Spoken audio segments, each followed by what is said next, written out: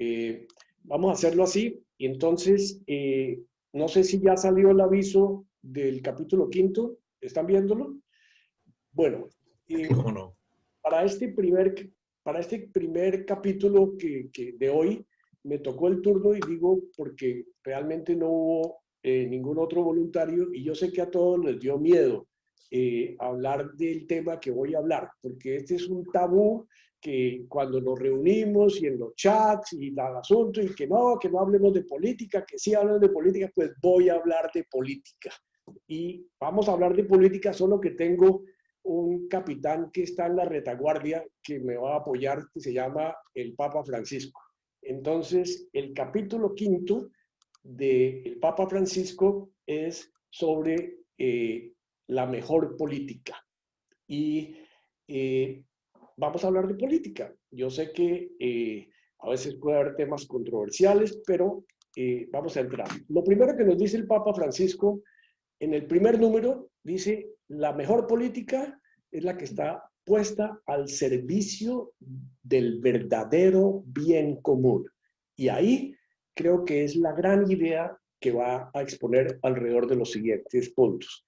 El número 155, de frente, ataca al populismo y dice, entre otras cosas, que el populismos esconden desprecio de los débiles, los utilizan demagógicamente para sus fines cuando es populismo de izquierda, o en formas liberales al servicio de los intereses económicos de los poderosos. De manera que hay populismo del un lado y del otro.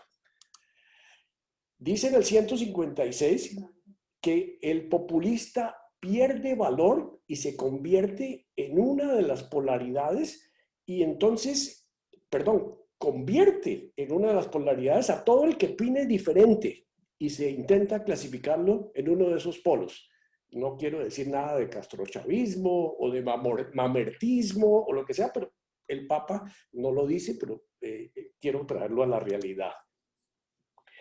El 157 y 158 dice que esto de polarización ignora la legitimidad del pueblo y habla de que la base de la democracia es el pueblo, el sueño colectivo, una identidad común de lazos sociales y culturales.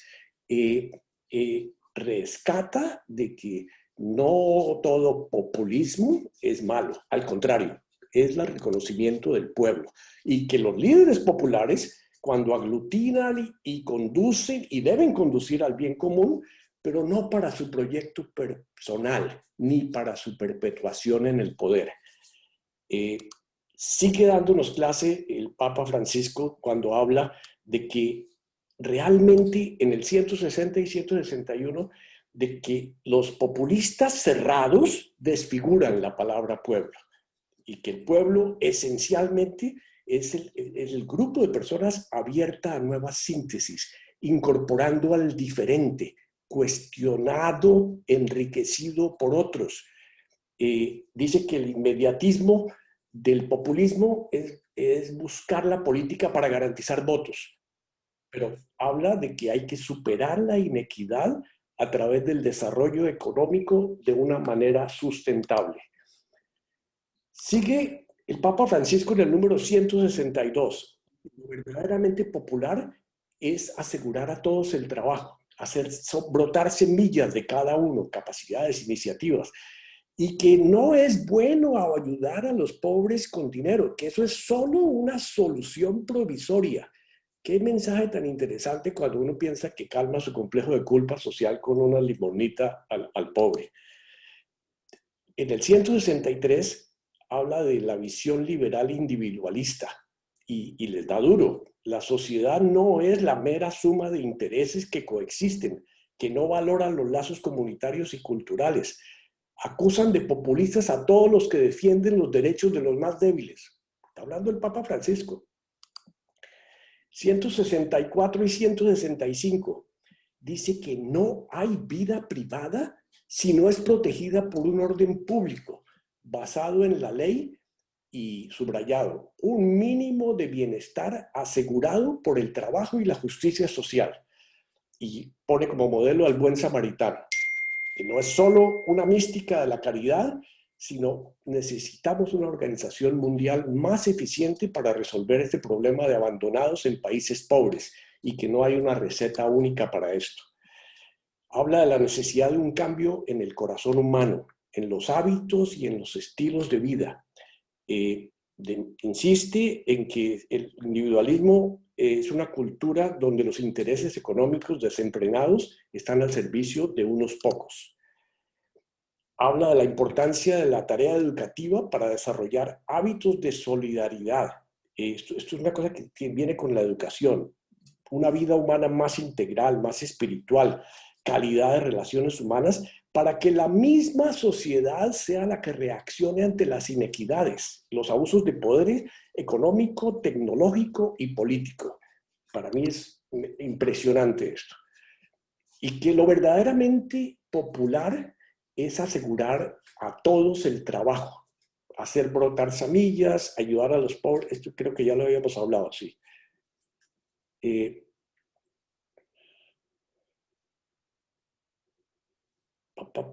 Tarea educativa, el mercado no resuelve todo. Vamos para el siguiente. Habla de lo que para mí es el individualismo capitalista. El derrame gota a gota no resuelve la inequidad. Es fuente de violencia, amenazando el tejido social. Es imperioso favorecer la diversidad productiva y creatividad empresarial para acrecentar puestos de trabajo. Y un mensaje muy fuerte para los que invertimos en la bolsa: la especulación financiera con ganancia fácil sigue causando estragos. ¿Qué mensaje? Ante la pandemia, habla el Papa, no todo se resuelve con la libertad de mercado. Y lo dice, no ha sucedido. Hay que llevar la dignidad humana al centro y de ahí construir las estructuras sociales que necesitamos.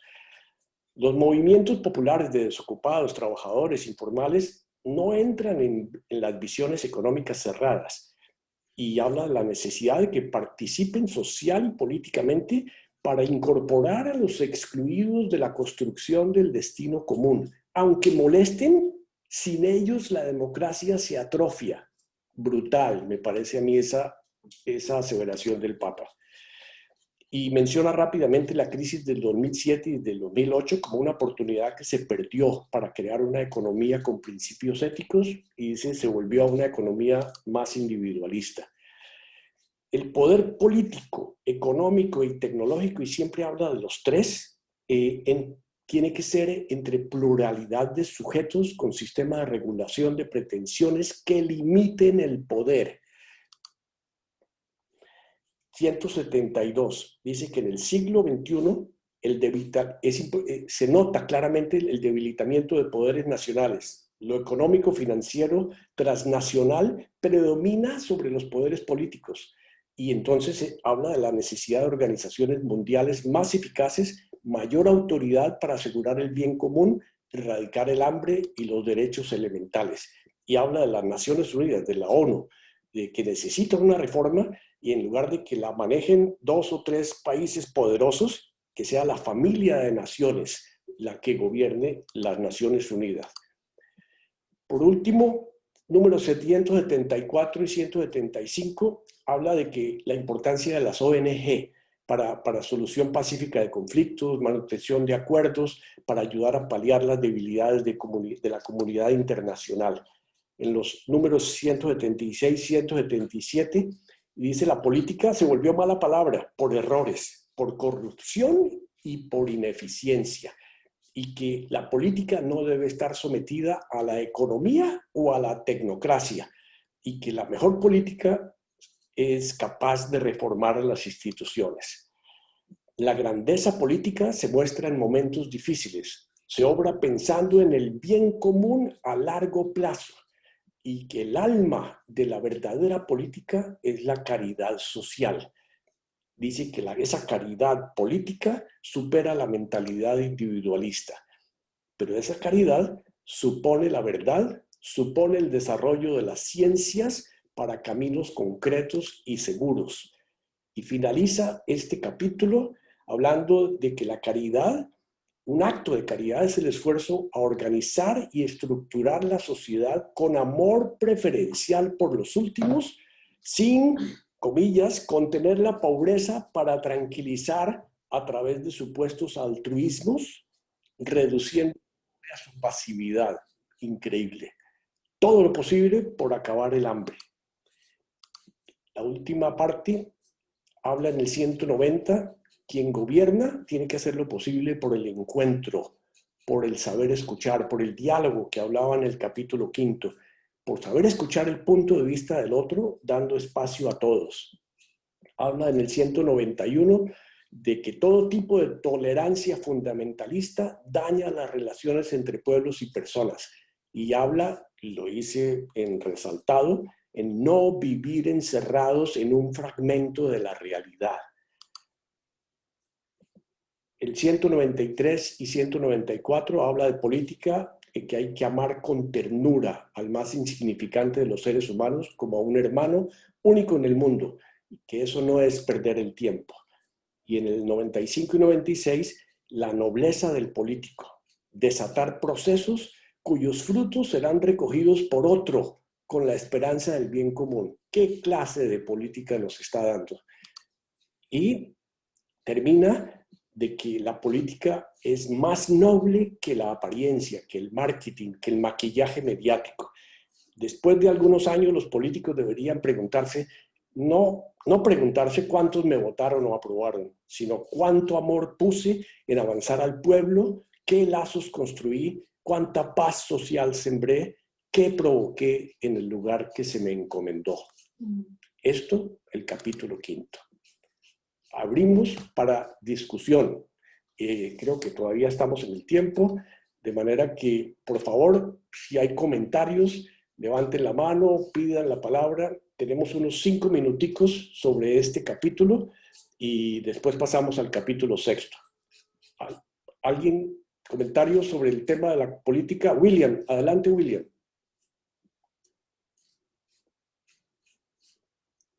No te oímos, William. William.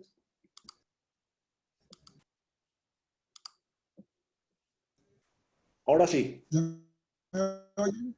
Sí, me llamó mucho la atención en el numeral 181, cuando dice que el amor, lleno de pequeños gestos de cuidado mutuo, es también civil y político. El amor es político. Yo me pregunto cuántos de nuestros políticos han leído esta encíclica y han pensado en que tienen la responsabilidad de ponerla en práctica. Excelente, William. Gracias. Jorge Luis Puerta. Y otra pregunta que a mí me ha hecho pensar mucho. ¿Por qué esta encíclica ha sido tan poco comentada? ¿No será que realmente los políticos están sintiendo pasos de animal grande? Porque si uno compara los comentarios de la encíclica sobre medio ambiente, fue comentada en todo el mundo, fue discutida, fue debatida. En cambio esta, no sé si coincidamos todos, pero aquí ha habido un silencio muy sospechoso. Dejo la pregunta en el aire. Gracias. Carlos Torres y después Silvio. Carlos, tienes que levantar tu micrófono, liberar el micrófono. Carlos. Te perdiste, Carlos. Ahora, ya. Ya, dale. ¿Me oyes? Perfecto.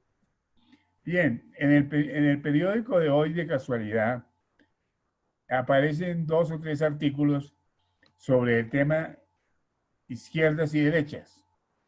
Me parece que eso es algo que debemos integrar a la discusión de la política como algo útil, como algo digno, y no simplemente como una sinvergüencería que buscan una partida de aprovechados. Y eliminar ese concepto. En Colombia nosotros nunca tuvimos el concepto de izquierdas y derechas. Teníamos, si queríamos agruparnos a algún líder, pues laureanistas, herbaristas, gaviristas, ¿no? Pero no izquierdas y derechas. Hay unas fuerzas, yo lo veo en algunos medios de comunicación, pero en muchas otras oportunidades, hay unas fuerzas que tratan de empujarnos a que usted piensa en blanco y usted piensa en negro, y lo van encasillando a uno, y eso me parece que nos limita para poder unidos hasta cierto punto, hasta lo que podamos pensar que se puede, buscar soluciones profundas a la sociedad en que vivimos. Interesante porque lo que nos acaban de contar sobre las ideas del Papa al tema, al respecto, van en esa línea también, ¿no? No sé si le estoy sacando más pelos a una calavera. Gracias, Carlos. Muchas gracias. Y la palabra Silvio, después Ramiro, y paramos ahí y seguimos con el capítulo 6. Adelante, Silvio. Gracias, un comentario breve. La vez pasada me dio mucho gusto cuando empezaron la presentación de la encíclica diciendo que el Papa se había reunido en Abu Dhabi con un... ¿con quién fue? Imán, un imán. Con un imán, exacto. Y yo hice el comentario del libro de Harari sobre las 21 lecciones del siglo XXI. Y el año pasado en Davos, una empezó a hablar de impuestos, Roger Bregman. Entonces uno lo que ve es que desde diversos puntos de vista, no necesariamente religiosos o incluyendo los religiosos, se está hablando de solidaridad. Cuando uno habla de impuestos, es otra forma de hablar de solidaridad. Y yo veo tres esquemas muy concretos en el mundo actual. Primero, pues el capitalismo individualista liderado por Estados Unidos, donde la persona es salir adelante uno por sí mismo, etcétera, etcétera, pues es un planteamiento. El segundo es el capitalismo social de los europeos, donde allí pues los impuestos son muy altos para todo el mundo y el Estado tiene una capacidad mayor de redistribución. Y el tercer ejemplo que se ve es el del chino. En China ahora, pues el gobierno es dueño del 32% de la economía china, del 32%, y tiene una mayor capacidad de redistribución. Tanto pues que han hecho pues obras fantásticas desde el punto de vista de la infraestructura, han avanzado muchísimo en investigación, en inteligencia artificial, y en los últimos 40 años han sacado 400 millones de personas de la pobreza. Entonces uno ve que esos tres sistemas tienen un enfoque diferente con respecto a la redistribución. Y me parece interesante y lo quería comentar aquí solamente como un punto de vista nomás. Gracias, Silvio. El último en este capítulo, Ramiro, adelante. Tú eres nuestro político, me encanta oírte sobre este tema. Levanta, libera ahora sí. Adelante, Ramiro. La política es la más noble de las actividades, porque la política, como dice el Papa, no te podría tener otro fin que la búsqueda del bien común. Porque uno busca, digamos, llegar al poder para hacer realidad al máximo la posibilidad del bien común. Eso sería, digamos, lo genuino de la política. Y el hombre es un animal político. Yo creo que cometemos un error, y es un error de culpa. Siempre decir, es que los políticos... No, es que yo ejerzo la política todos los días de mi vida en cualquier actividad. ¿Qué hago yo en mi casa con mis hijos, en el comportamiento con las muchachas del servicio, con las personas que están a mi cuidado, con mis trabajadores? ¿Cómo soy en la empresa? ¿Buscador del bien común? ¿Cómo soy yo, animal político, como funcionario o como empresario o como trabajador? ¿Qué es lo que yo en mi actividad busco de bien común? Entonces, el bien común se construye porque tiene que tener unos principios y tiene que tener unos valores. Por eso yo le preguntaba siempre al rector de la Javeriana o al padre provincial, ¿cómo se distinguen con estos valores que dice el Papa, que firmaríamos cualquiera de nosotros? ¿Cómo se distinguen en la actividad pública o privada o familiar? Pueden decir, ahí hay un hombre formado por los jesuitas. Ahí hay un hombre que está realmente viviendo lo que es el bien común y la búsqueda de que los más necesitados tengan el derecho que tienen a su dignidad, en todo sentido. Entonces, yo creo que cometemos un error cuando decimos, esto es un problema de los políticos. Este no es un problema de los políticos, es un problema de la sociedad y nosotros somos parte de ahí. Eminentemente políticos en todas las actividades, en lo que actuamos, en lo que decimos, en lo que predicamos. Entonces, a mí me parece que nosotros tenemos que entender que debemos influir en la política, que nosotros debemos participar en las decisiones y en los puestos. Yo les pregunto, es que es muy duro aceptar uno un puesto, porque la gente dice, sí, lo nombraron ministro.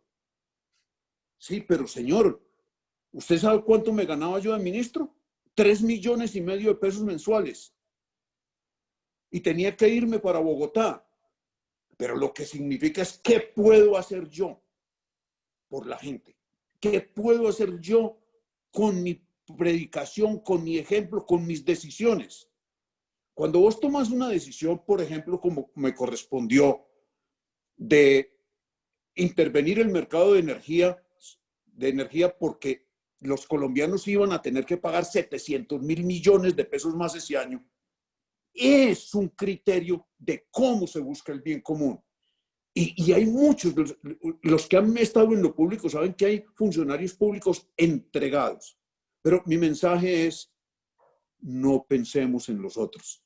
Es qué política estoy ejerciendo yo en cada una de mis actividades. Muchísimas gracias, Ramiro. Muy gentil. Pasamos ahora al capítulo 6. Don Víctor Martínez, tienes la palabra y si tienes